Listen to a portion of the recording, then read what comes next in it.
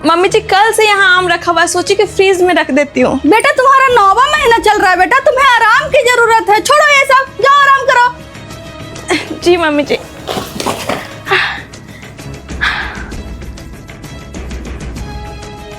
Mummy जी आपका नींबू पानी। हाँ बेटा। भाभी मेरे लिए कॉफी बना के ला दो प्लीज। जी ननद जी। अरे बहू रुको रुको। क्या मम्मी? बेटा हाथ दिखाना अपना। मम्मी आप भी ना। अरे वाह, तुम्हारे भी हाथ में 5 उंगली है भाभी की तरह। 5 उंगली लगते हैं कॉफी फेंटने में। जाओ खुद बना।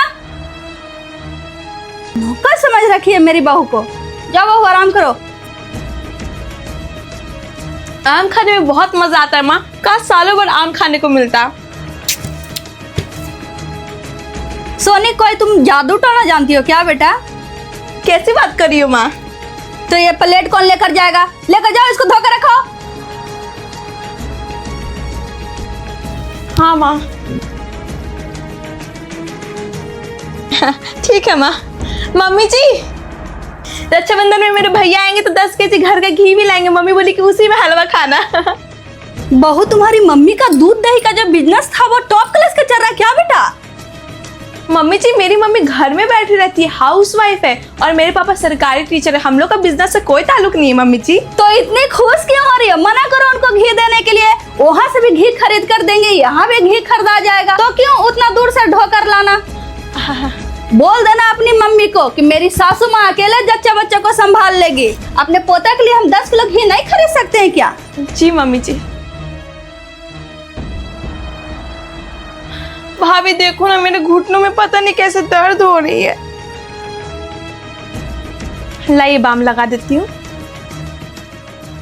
क्या तुम मेरी बहू से अब पैर दबाओगी? गर्म पानी से तुम नहीं सेक सकती हो। बहू नया नया रिवाज मत बनाओ बेटा कि अब भाभी ननद की पैर दबाएगी। एक रिवाज पहले ही तुम बहू पे लदा हुआ है कि सास के पैर में तेल लगाने वाला। अरे मैं पूछती हूँ कि जब बहू नहीं रहती है तो सास के पैर में तेल कौन लगाता है? बताओ तो भला। लोग बहू नहीं नौकरानी लाते हैं। गर्म पानी से सेको पैर।